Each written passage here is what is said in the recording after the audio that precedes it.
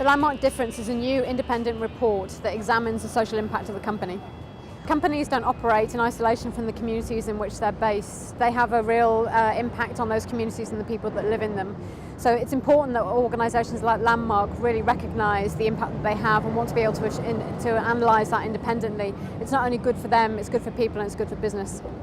It's trying to understand, have we actually made the progress that we thought we were making? We needed somebody to ask us questions that we didn't already know the answers to.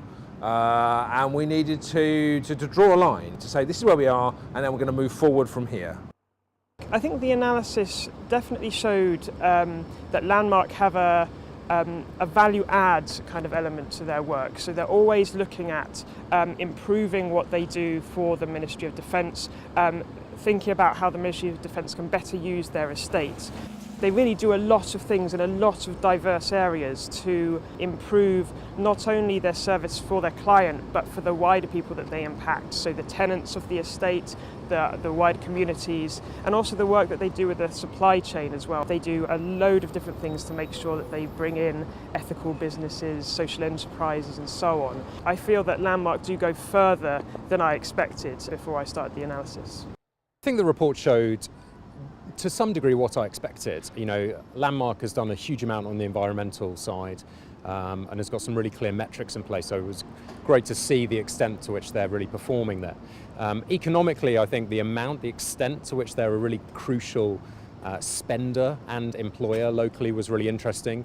So actually I think they've maybe undervalued or not really understood the extent to which they're really critical in some of those rural communities where often there's kind of I guess high pockets of deprivation.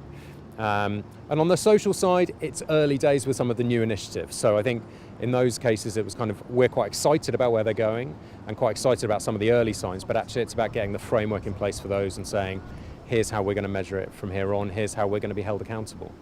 I think actually Landmarc has got some challenges in terms of actually kind of its social forecast that it's set, but actually that's good because actually it's happy to have those challenges. It wants to be demanded of in terms of actually how it impacts on the communities where it operates. So I think it's valuable that it has that. Our mission was to go out and support those rural communities. We put quite a lot of time and money and effort into that, and I think the report reflects the fact that we've been quite successful. We knew we weren't perfect, but we've established our place in the market, and I believe that we're one of the very first people to actually go public with the social value that we create and try and put some numbers around it. Every conversation I have with politicians and policymakers suggests that Social Value Act and social value is a tremendously good thing, but nobody knows how to count it. What we've tried to do is count it, because in business, if you don't measure it, you don't manage it. And what we need to do is manage it to improve it.